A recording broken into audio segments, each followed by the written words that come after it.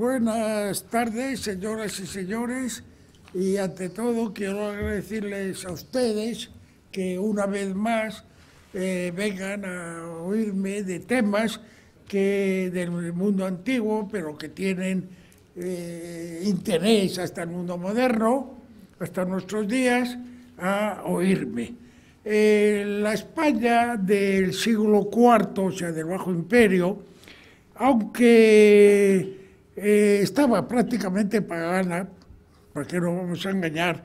Según los testimonios contemporáneos y de Francia, sin embargo, produjo unas 10, 12 figuras que tuvieron muchísima importancia en su época, que tuvieron muchísima importancia hasta el Renacimiento, hasta el siglo XVI, que después cayeron un poco y que después otra vez a finales del XIX y sobre todo ahora se han vuelto a poner de moda.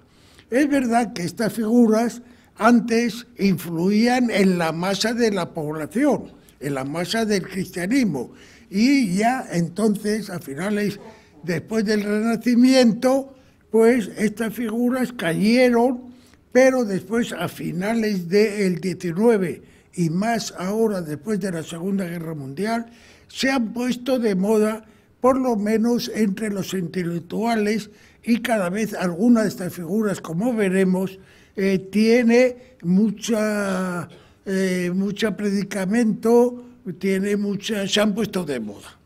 El primero que hay que hablar es de Osio, obispo de Córdoba, que es la mano religiosa de Constantino desde el año, que sepamos, desde el año 313 hasta no solo la muerte de Constantino, sino sus herederos Constancio y Constante. Osio vivió más de 100 años. No sabemos la fecha exacta del nacimiento, pero generalmente casi todos dan la fecha del 256, poco más o menos. No sabemos nada de esos hasta el año 300. Sabemos que a comienzos del siglo IV, a comienzos en el concilio de Elvira, que es el primer concilio de la Iglesia española y de la Iglesia universal, que tenemos las actas. Sabemos de concilios de la época de San Cipriano, pero no se conservan actas ninguna. De este concilio se conservan 81 cánones y son las actas más antiguas conservadas. Después, aquí, en todos los manuscritos del concilio, que se conservan de este concilio, aparece Osio el segundo, lo cual quiere decir que Osio, que figura como obispo de Córdoba, había logrado un prestigio grande en la Iglesia española y figura como segundo de a bordo.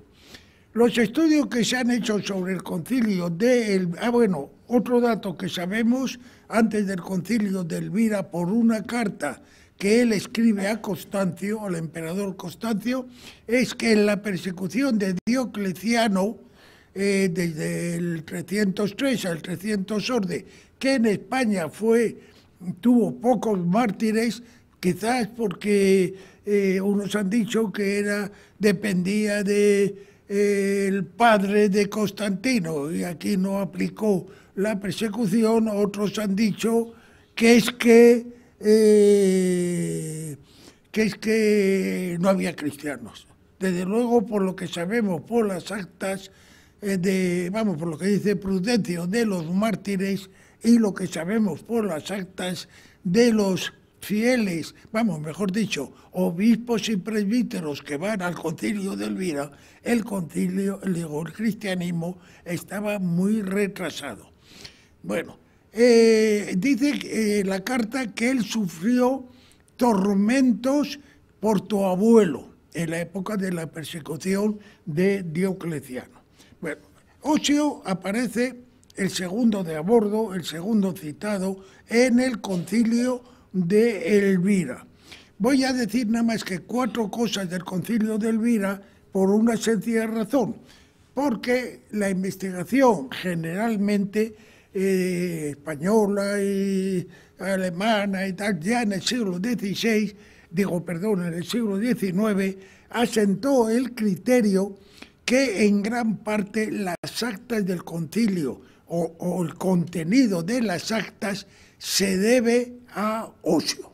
Claro, Osio, de todos los obispos que aparecen allí, es la figura que después va a ser de primer orden, y entonces pues la gente ha dicho, pues esto parece ser que Osio era el que partía el bacalao, así con esta frase vulgar. También en el concilio de Sárdica, que después hablaremos de él, que es, y en el concilio de Nicea, hay 5 o 6 cánones que están copiados del concilio nuestro. Entonces, claro, como Osio es el presidente del concilio de Nicea, pues se ha dicho también que estos cánones responden al pie de la letra porque son cánones que él trae del concilio de Elvira. Digo que no voy a hablar del concilio de Elvira porque lo que interesa es la figura de Osio, pero voy a decir 4 novedades que tiene este concilio, que tiene importancia para la Iglesia Universal y que se adelanta a toda la Iglesia Universal posteriormente. Harnack, la historia de los dogmas, como sabemos, la hicieron los protestantes liberales en el siglo XIX.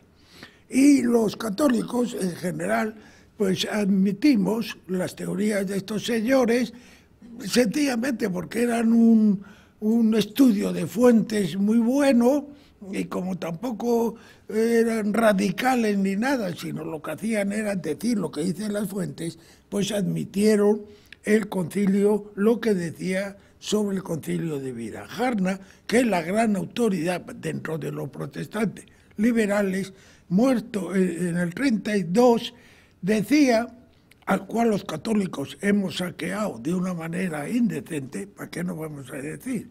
Pero es así, decía que en el concilio de Elvira se ven las características de la Iglesia española de siempre. Una gran mundanidad y al mismo tiempo un riguroso fanatismo. Esto aquí la gente no lo ha aceptado, como es de lógico, ¿verdad? Pero vean ustedes. Bueno, en el concilio de Elvira se ve clarísimamente que la mayoría del país es pagano. Los 3 pecados que se condenan son los que condenaba la Iglesia Universal, ¿verdad? Un canon condena solo el aborto. Bueno, el aborto en el mundo antiguo, como ustedes saben, pues había un cachondeo de 1000 diablos, porque claro, el aborto no se condena ni en el Nuevo ni en el Antiguo Testamento, aunque sí se condena muy pronto, ¿verdad? Entonces, pues unos obispos le decían que eso pertenece a la conciencia del individuo, otros decían que el aborto, antes de que el alma no entre en el cuerpo, no es aborto. Esas son las teorías de nuestros grandes moralistas del siglo de oro, etcétera. O sea que cada obispo hacía una cosa diferente. Aquí es curioso lo que condena, porque condena un tipo de aborto que no lo condenan. Yo no he visto ninguna condena de aborto en la Iglesia antigua, que es la mujer casada que comete un adulterio y queda preñada y aborta para tapar el adulterio.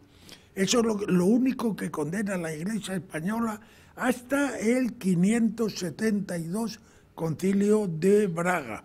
Los anticonceptivos, por supuesto, la Iglesia antigua no los prohibió nadie, hasta San Agustín, que los había usado mucho y le salieron mal, y entonces arremetió contra ellos. Bueno, habla de los judíos, que se ve que son muchos e importantes, legisla, bueno, sobre el trato de los esclavos. De los 81 cánones, hay 31 cánones que están copiados al pie de la letra del pensamiento de Tertuliano o de San Cipriano. Voy a decir dos cosas sobre las características de la historia de la Iglesia hispana, de las novedades que tiene este concilio, que son algunos cánones, bueno, unos cánones son muy arcaicos y otros son muy liberales y avanzados, ¿verdad? Es el primer testimonio eclesiástico que plantea una serie de cuestiones sobre la disciplina eclesiástica no abordada hasta entonces por la Iglesia. Es el primer documento que aplica a los herejes y a los cismáticos la doctrina paulina sobre el matrimonio. Es el primer decreto que prohíbe contraer matrimonio con una hermana de la esposa. Es el primer texto que habla del celibato eclesiástico. Prohíbe que los sacerdotes, presbíteros, diáconos, obispos, si están casados, usen del matrimonio con sus esposas. Y ahora nos están echando la culpa a nosotros, lo cual es mentira, pero nos están echando la culpa a nosotros de que el celibato eclesiástico, la culpa la tenemos nosotros, lo cual, dicho así, es mentira, porque el primero que prohibió el celibato eclesiástico fue Gregorio VII a partir del siglo XI, como sabemos todos, que tampoco se cumplió. Empezó a cumplir después del concilio de Trento, ¿verdad? Por ejemplo, y hoy día no se cumple, ¿para qué nos vamos a engañar? Sí, hombre, hay que decir las cosas como son. En Alemania, según los datos de la jerarquía, el 60% de los sacerdotes católicos viven con una señora público. Los fieles hoy día ya lo admiten esto, al contrario, lo que le llama la atención es que el sacerdote no tenga libertad para casarse o no casarse. El 81% de los obispos alemanes hoy día, reunidos en Treviris hace unos meses, según la televisión alemana, es partidario del celibato totalmente libre. Pues aquí se prohíbe esto. Después nos echan en la época visigoda también otro San Benito, que nosotros somos la causa de la separación de Bizancio por el canon del Segundo Concilio de Toledo, que dice que el Espíritu Santo procede del Padre y del Hijo. La cuestión del filioque, ¿verdad? Pero también es mentira. Es el primer documento para el estudio de la segregación antijudía en España, porque hay 4 cánones antijudíos. No es antijudío, sino sencillamente que prohíbe el trato, el comer con los judíos, asistir a las fiestas de los judíos, etc. Probablemente es el primer documento que ordena la extensión de la fe mediante la opresión, al ordenar a las amas que impidan a los siervos adorar a los ídolos. La Iglesia primitiva, como ustedes saben, defendió la más absoluta libertad de culto. Era para defenderse ella, ¿verdad? En el Imperio Romano defendemos la absoluta libertad de cultos y entonces defendemos el cristianismo. Es el único documento que condena la usura en el clérigo y en el laico. Por vez primera, en una legislación canónica se legisla sobre las relaciones con la vida oficial y sobre la moralidad de ciertos espectáculos, concretamente el teatro, anfiteatro y circo, que eran rituales en honor de la triada capitolina, como lo vemos por el artículo 70 de la ley de Urso, de la colonia de Urso cesariana, donde se obliga a las dos supremas magistraturas de la colonia a celebrar espectáculos en honor de la triada capitolina, teatro, anfiteatro y circo, y en esa colonia también a Venus, porque era una colonia fundada por César, aunque César ya estaba asesinado, pero como César se hacía defender de Venus, pues entonces aquí se añade a Venus. Bueno, no voy a decir nada más de esto porque si no, no hablo de ocio, ¿verdad? Pero esto sí conviene decir porque vean estas grandes novedades, que es muy probable que Ocio, o se deban todo a Ocio, como creen algunos ya desde el siglo XIX, o Ocio participó en su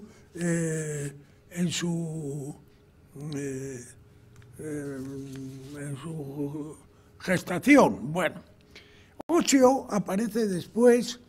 ¿Qué hace entre el concilio de Elvira, comienzos del siglo IV, y el año 313, donde aparece Ocio como mano ya de Constantino? No sabemos cómo este señor llegó, o Constantino llegó a echar mano de él para todos los asuntos eclesiásticos. Lo ignoramos, es verdad. No sabemos qué hizo entre este año y la terminación, a comienzos del siglo IV, del concilio de Elvira. Probablemente se volvió a su casa de obispo. Vamos, que no tiene otra solución. No aparece por ningún sitio, pues entonces, lógicamente, estaba en su casa. En el año 313, Constantino se encontró con un problema, que era el de los donatistas. Los donatistas son, como Fren lo dice, la gran autoridad del donatismo,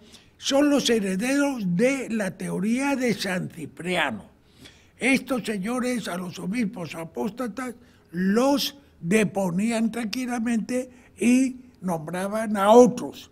Roma, que tenía una manga muy ancha, no los deponía, los decía: vosotros os arrepentís y seguid obispos tranquilamente, ¿verdad? Como hizo con la apostasía de Basílides en Marcial en la persecución a mitad del siglo III. Bueno, aquí aparece que hay un problema en África, en el norte de África, en Túnez, con Ceciliano, que Ceciliano debía haber sido un apóstata y continuaba de obispo. Entonces, Ocio de Córdoba, pues se puso de parte de él, ¿verdad?, y contra la teoría de los donatistas, que lo querían echar de la diócesis.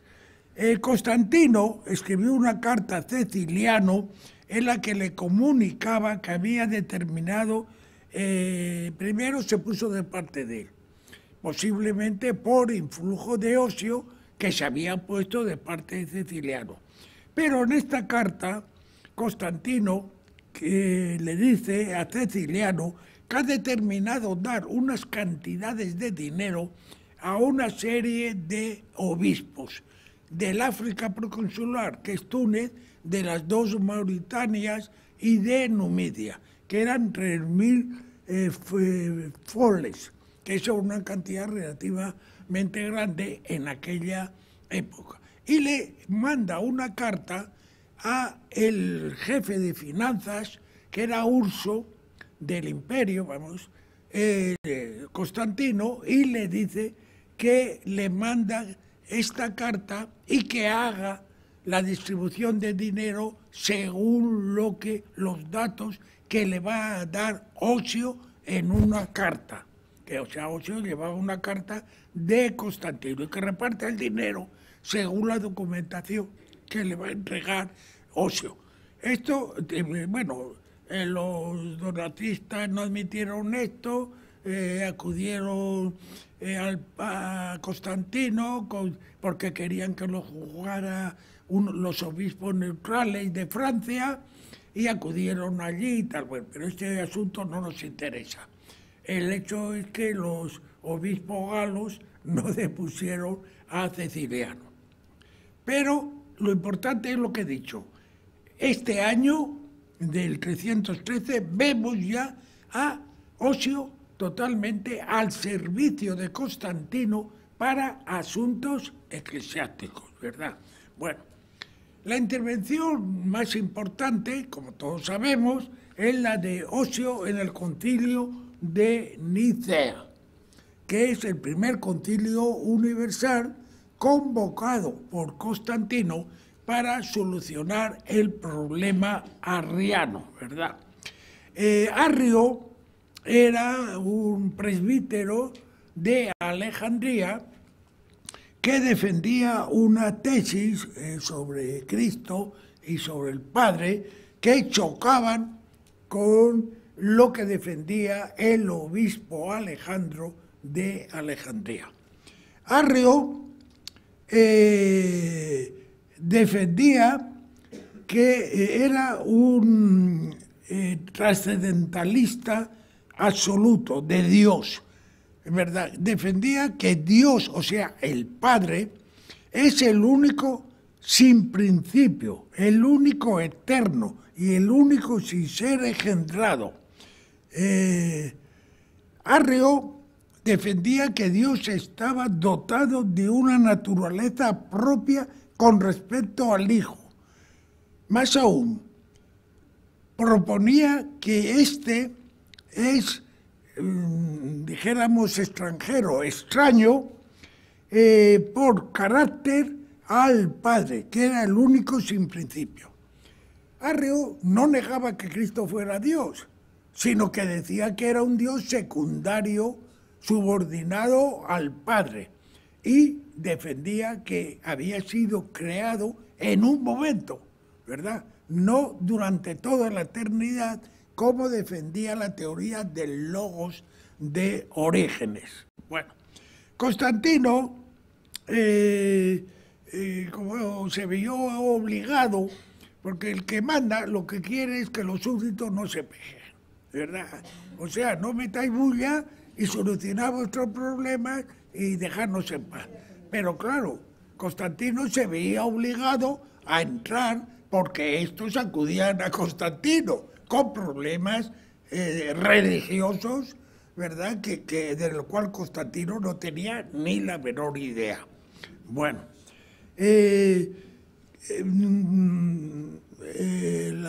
Alejandro, el obispo de Alejandría, excomulgó a a Arrio, sencillamente porque decía una teoría que chocaba con lo que en teoría él creía que era la opinión de toda la Iglesia universal del Oriente. Pero Constantino, como la cosa se había amargado tanto, y Alejandría era la segunda ciudad del imperio, con más habitantes que Roma, y además tenía una importancia excepcional por ser un centro comercial de exportación de productos, sobre todo de cereales, que el Imperio Romano era muy deficitario, y de otros productos de lujo, esclavos de lujo, marfiles, de drogas, objetos como era la mirra, el incienso y otras muchas cosas, todas venían por Alejandría. Alejandría se repartían por todo el imperio o iban a Antioquía, la capital de Siria, y de allí se repartían al imperio. Constantino se vio obligado a intervenir en esta pelea de la ciudad de Alejandría y se le ocurrió enviar a Osio con una carta para ver si Osio hacía ahí de hombre bueno, de hombre pacificador, y lograba que no se pegaran entre Alejandro, obispo de Alejandría, y su presbítero Arrio. Llevó una carta, pero no consiguió nada, ¿verdad? Y entonces, porque después ya veremos las luchas religiosas en el siglo IV son espeluznantes. Yo he publicado 3 trabajos que son utilizando a Sócrates, Sozomenos y Teodoreto de Cirro, que son contemporáneos, son bizantinos, 2 de ellos abogados, y un obispo de Siria, bueno, el soborno estaba a la orden del día, pero claro, usted dentro de la iglesia, claro, usted ya sé lo que me van a decir, es que el soborno estaba por todo el imperio, porque el emperador vendía los cargos, porque necesitaba dinero. Entonces, cuando vendía a un señor que fuera director, digo, de una provincia, este señor expurgaba la provincia todo lo que podía, porque había tenido que comprar al emperador, pero no era el emperador, eran los eunucos, era la emperatriz, eran todos los de la corte imperial, con lo cual esto de los sobornos que hay ahora es una cosa de monjas de la caridad, comparado con lo que había, y eso se da también en la iglesia, porque claro, la iglesia es una institución, si quieren ustedes, divina, pero está hecha por hombres y por hombres pecadores y participa de todas las virtudes y defectos de una época determinada. Bueno, a lo que íbamos, que Osio no consiguió nada, poner la paz entre el obispo y su presbítero. No sabemos quién fue el que le sugirió a Constantino que hiciera un concilio ecuménico, el primero que va a haber de los 7 de toda la cristiandad en los 1000 primeros años. Se ha supuesto, y posiblemente, que fue una sugerencia de Osio y el obispo Alejandro, que al no conseguir nada, pues entonces se les ocurrió, vamos a hacer un concilio donde se reúnan todos los obispos de la cristiandad. Y se lo sugirieron a Constantino. El hecho es que Constantino I, el año 325,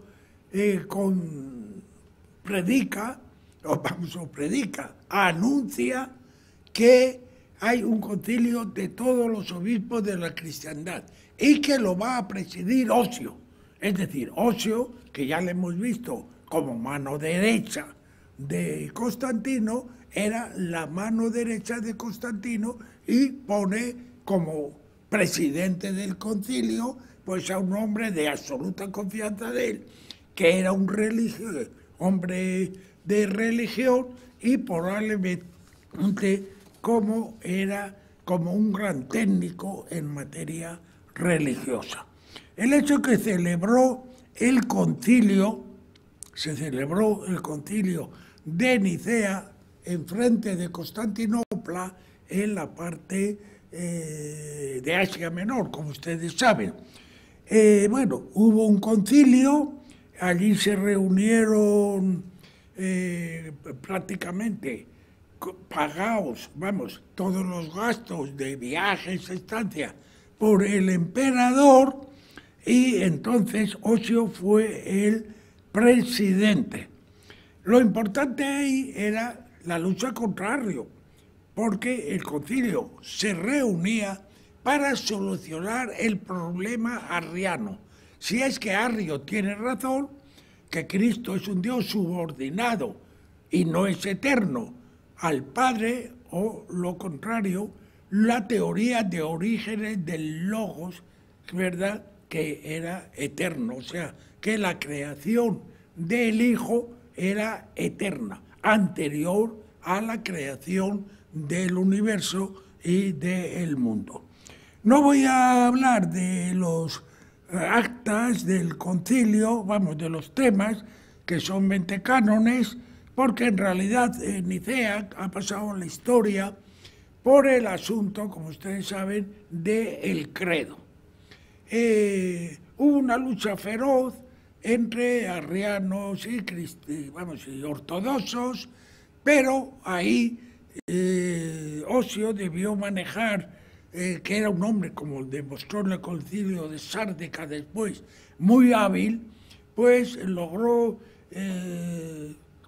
manejar el asunto, y el credo de Nicea, que es lo más importante, es una cosa totalmente antiarriana. El problema está ¿quién hizo el credo de Nicea? Porque el credo de Nicea es lo que rezamos en las iglesias todos los domingos, ¿verdad? Hay dos credos, uno largo y otro chico. El que rezamos es el chico, pero todo el mundo cree, apoyado en Filostorgio. Filostorgio es un historiador arriano y San Ambrosio, que dice tajantemente que el que hizo el credo de Nicea fue Osio.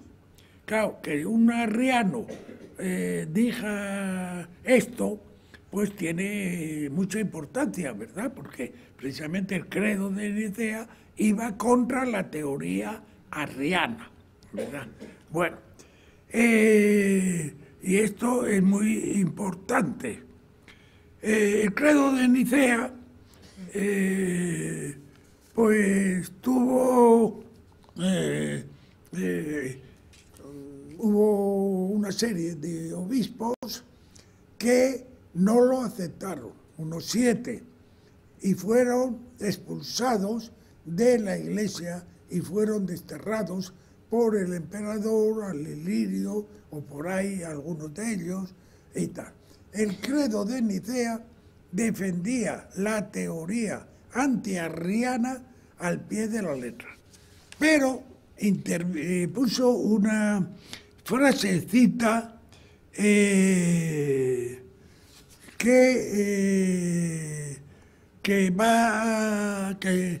después va a dar muchísima discusión durante todo el siglo, que es la palabra consustancial, ¿verdad? Dijo que Cristo era el Hijo era consustancial con el Padre, ¿verdad?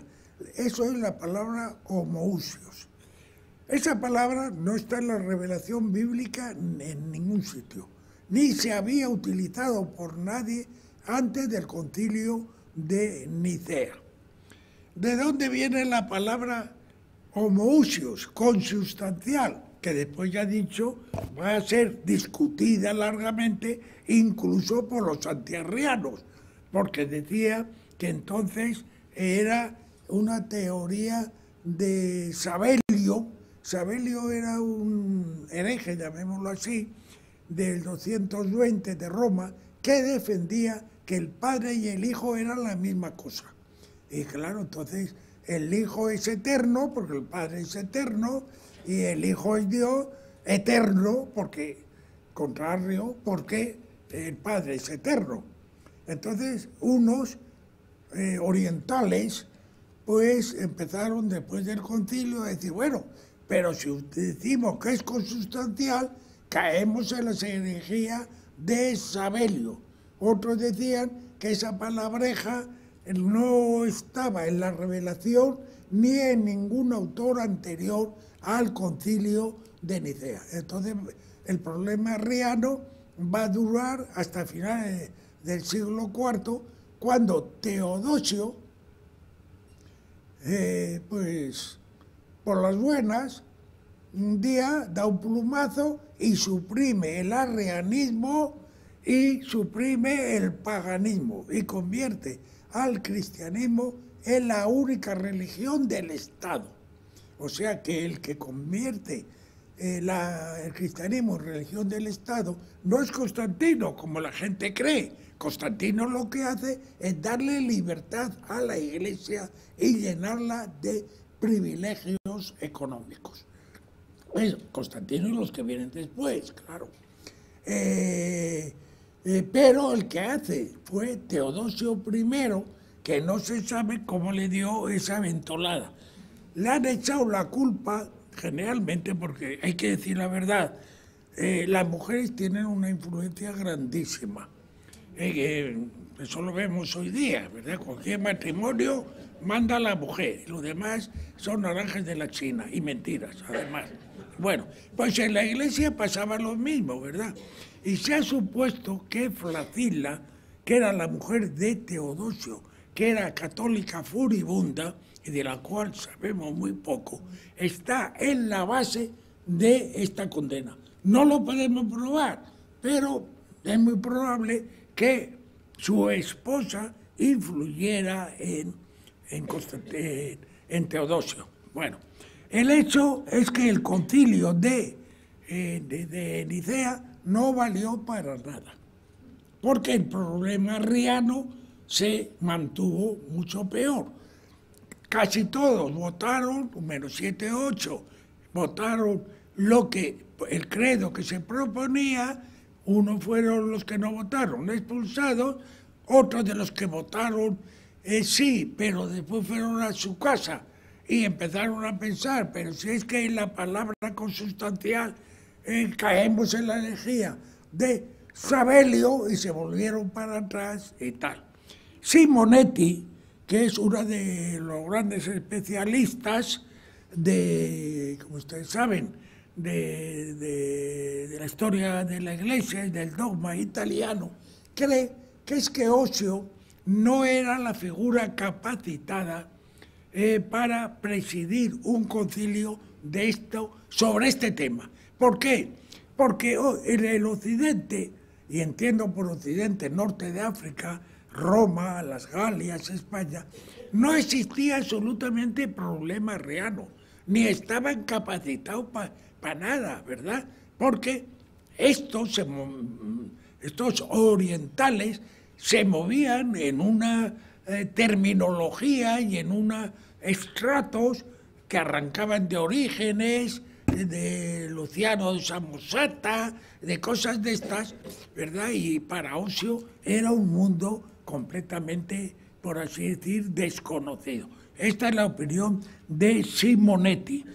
Claro, que es verdad que aquello no valió para nada, pero también hay que tener presente, yo creo, que lo que dice San Gregorio Nacianceno, que es una de las grandes figuras intelectuales y teológicas de finales del siglo IV, amigo íntimo de San Basilio, educado en la mejor universidad de Atenas, del momento que estaba en Atenas, que en una carta, creo que es la 167 o 168, le dice a un amigo que está por demostrar que en la historia de la Iglesia un concilio haya servido para algo, sino para poner las cosas peores, porque los concilios no son nada más que una lucha feroz por el poder, que según Aristóteles es la gran pasión del hombre.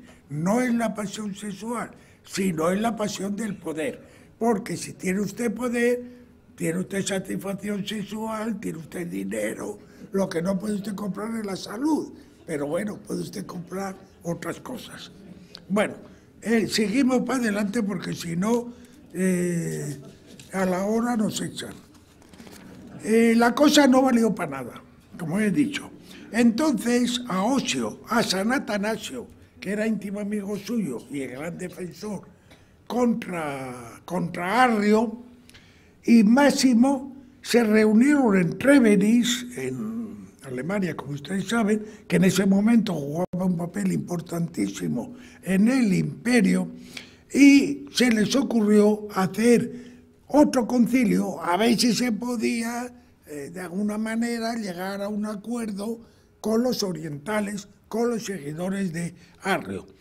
Y entonces hablaron con los emperadores Constante y Constancio, los cuales convocaron un concilio en Sárdica en el año 343.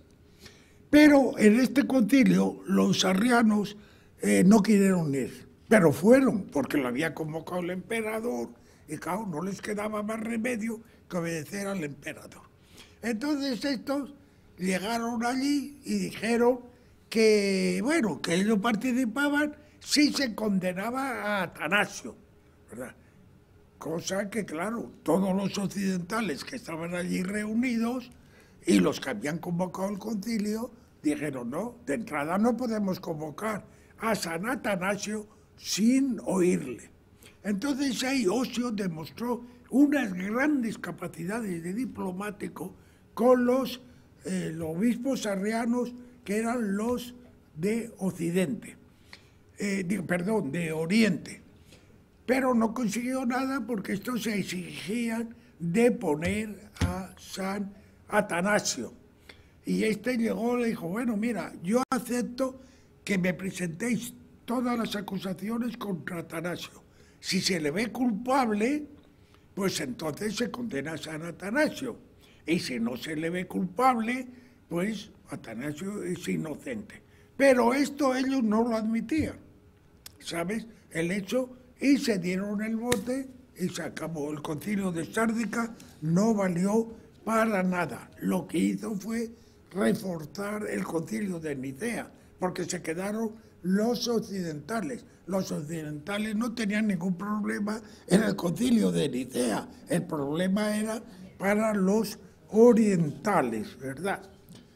Se ha supuesto que, en eso está todo el mundo de acuerdo, que los cánones, que la mayoría de ellos se refieren a la disciplina eclesiástica, proceden de Osio, que fue el presidente. Esa es una teoría que todo el mundo acepta.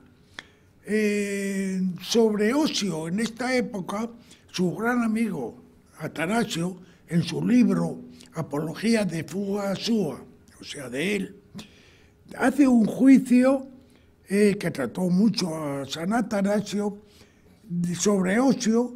Dice, del gran Osio, hombre verdaderamente santo, confesor de feliz ancianidad, no es necesario que yo hable. No es un anciano desconocido, sino el más y mejor conocido de todos. ¿Qué sínodo no dirigió? Hablando con propiedad, persuadió a todos. ¿Qué iglesia hay que no tenga los más bellos recuerdos de su patrocinio? ¿Quién se le acercó entristecido que no se alejase de él reconfortado?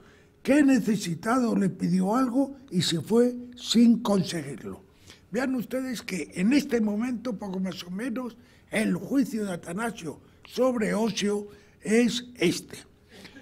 De Clerc, que era un norteamericano que ha hecho la mejor biografía y sigue siendo la mejor, es una pena que no esté traducida al castellano, y yo he hecho buenas gestiones, y todos me han dicho que sí, que lo van a traducir, que lo van a... no lo han hecho, pero es la mejor biografía, que la presentó en la Universidad Católica en el año 32, y que está considerado por todo el mundo como la mejor autoridad en Osio. Hace el siguiente juicio de la época del Congreso de Sárdica. Demuestra el obispo de Córdoba en sus intervenciones una insistencia en la moderación, en la amabilidad, en la solicitud por los pobres, los oprimidos y los afligidos, un gran sentido de la justicia y ser un excelente observador de la naturaleza humana, cualidades todas ellas de su personalidad. Vean ustedes estos dos juicios extraordinariamente favorables, que después va a haber unos juicios feroces de los arrianos contra este. Bueno, últimos años de Osio. Osio andaba ya por los 100 años de edad y la única fuente que tenemos de momento es la historia de los arrianos de Atanasio, capítulos 42, 43, que nos habla de todos los problemas de Osio después de Sárdica.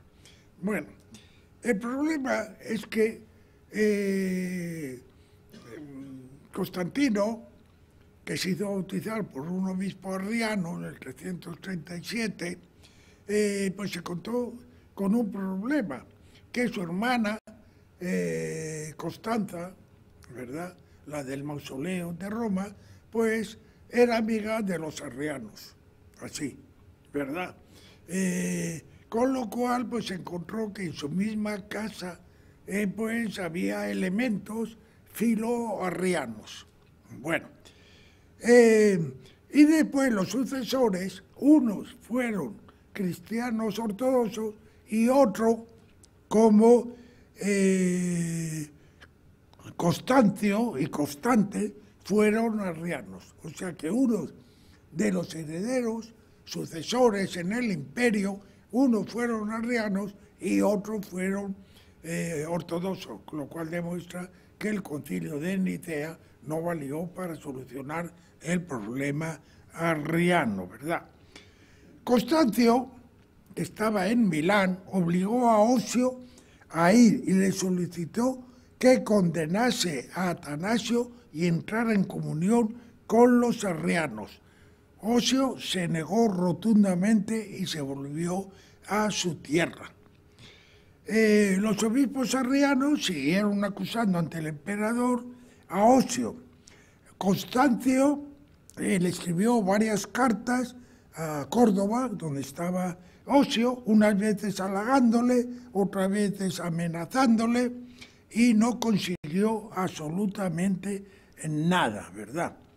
Es interesante, pero no lo puedo leer por falta de tiempo, pero la puede usted ver en internet de esta conferencia, donde está todo un poco más ampliado y con la biografía, que en la historia de los arrianos inserta una carta de Osio a Constancio en que le indica sencillamente que él no, que cree que Arrio es un enemigo, vamos, que es un hereje y que está totalmente convencido y que él no se apea de esto y que defiende a Atanasio. Y ahí es donde le dice a Constancio que en época de su abuelo él sufrió tormentos en la persecución de Diocleciano, ¿verdad? Los últimos hechos tampoco lo sabemos. El hecho es sencillamente que Constancio intentó por todos los medios que Osio firmara una especie de firma benevolente hacia Arrio, hacia los seguidores de Arrio. El emperador le llamó a Sirmio y le detuvo allí un año. A Osio, que ya tenía más de 100 años, era un viejo ya antediluviano, para lo que se vivía entonces. Hoy día no, porque ya saben que estamos condenados a vivir ya los 100 años según los médicos. Vean ustedes el artículo que apareció hace poco, que de un gran médico, me parece que era en El País, que hay que preparar a la gente para que viva 100 años. Y eso lo está diciendo los biólogos alemanes, los alemanes, pero los economistas alemanes y los biólogos italianos, que estando en la época de Berlusconi, estando ellos cavando en Roma, pues publicaron una especie de artículo donde decía que los italianos que hay ahora, jóvenes, van a vivir 100 años y van a llegar en relativamente buen estado. O sea que ustedes prepárense para vivir 100 años. ¿Y qué vamos a hacer? Lo cual plantea unos problemas económicos al estado de jubilación y tal, y los economistas alemanes, vivía mi suegra que murió hace ya 15 años, ya planteaban que hay que jubilar necesariamente, como mínimo, a los 75, salvo en algunas profesiones como mineros, buzos, fundidores y los maestros que enseñan las primeras letras a los niños. Eso lo dijeron los economistas. Bueno, el hecho es que Constancio siguió amenazando a Osio, que estaba en Sirmio en ese momento, que le había llamado y estaba allí, una vez con un halago, otra vez con una amenaza. Atanasio dice que describe la situación de este momento de Osio, que aunque Osio era ya viejísimo y no estaba en sus facultades, que él mete en la en la historia de los arrianos una carta de Osio a Constancio, donde le dice, mira, yo no me apeo de que este señor es arriano, de que el concilio de Nicea tenía toda la razón, todo el occidente es partidario de esta creencia, es decir, que se niega rotundamente dijéramos, a escribir una condena de Atanasio y afirmar de alguna manera la teoría de Arrio, que estaba de acuerdo o que entraba en comunión, como se decía, con Ursatio y Valente, que eran dos obispos contrarios a San Atanasio. Esto lo firma San Atanasio. Bueno, la cosa, los últimos años, después de esta estancia en Sirmio, y estoy ya acabando, pues son mal conocidos, porque casi todas las fuentes que tenemos son fuentes arrianas. Bueno, en el Tratado sobre la Trinidad, divulgado sobre el nombre de San Atanasio en la antigüedad, pero que no fue de San Atanasio, Osio aparece como un fiel servidor del clero de Nicea. Los últimos años, después de estos vaivenes de Constancio y presiones, son muy difíciles de conocer. Osio debía estar en Córdoba, ya antediluviano, ¿verdad? Y lo único que sabemos son fuentes arrianas, que tienen interés, claro, en decir que Osio a última hora firmó lo que se había hecho en un congreso arriano del 357 en Sirmio, que era un credo totalmente favorable a Arrio y contrario al credo de Nicea. Por lo tanto, hoy día Sotomayor, nuestro especialista en la historia de la Iglesia primitiva y del creer, creen que a última hora y cuando ya las facultades de Osio estaban en unas condiciones malas, firmó alguna declaración o la confirmación del credo del año 357 de Sirmio, donde se atacaba y se rechazaba de plano la fórmula consubstancial que se había añadido al Congreso de Nicea. Y esto es lo que se puede decir. Hay alguna otra documentación totalmente falsa, que yo aquí la copio, que se dirigió a Teodosio I, donde también aparece Osio como apóstata. Pero esta documentación dirigido a Teodosio I, la investigación moderna siempre se ha dicho que es una falsificación escandalosa y que no tiene ningún valor. Y con eso, pues acabamos con la vida de Osio. Pero hay que decir una cosa triste. En España, con seguridad absoluta, se divulgó la noticia de que Osio había apostatado. En España el problema arriano no existía, ¿verdad? Ni era problema de África del Norte, salvo Egipto, ni era problema de Roma, ni de Francia, ni de Germania, ni de nada. Era un problema de los orientales, y concretamente de Alejandría, que era una iglesia importantísima en el dogma, en la seguridad, en la creación del dogma cristiano, pero de esto no voy a hablar. En España, con seguridad, se difundió que Osio había apostatado, lo cual parece que sí, que debió firmar la fórmula contraria a consustancial, pero en una época en la cual estaba ya el pobre Ocio Majareta. Bueno, digo que en España pues fue borrado su nombre de los dípticos de todas las iglesias de Córdoba. Ningún calendario hispánico le menciona, al contrario de la Iglesia Ortodoxa griega, que le conmemora como santo el 27 de agosto y le sigue conmemorando.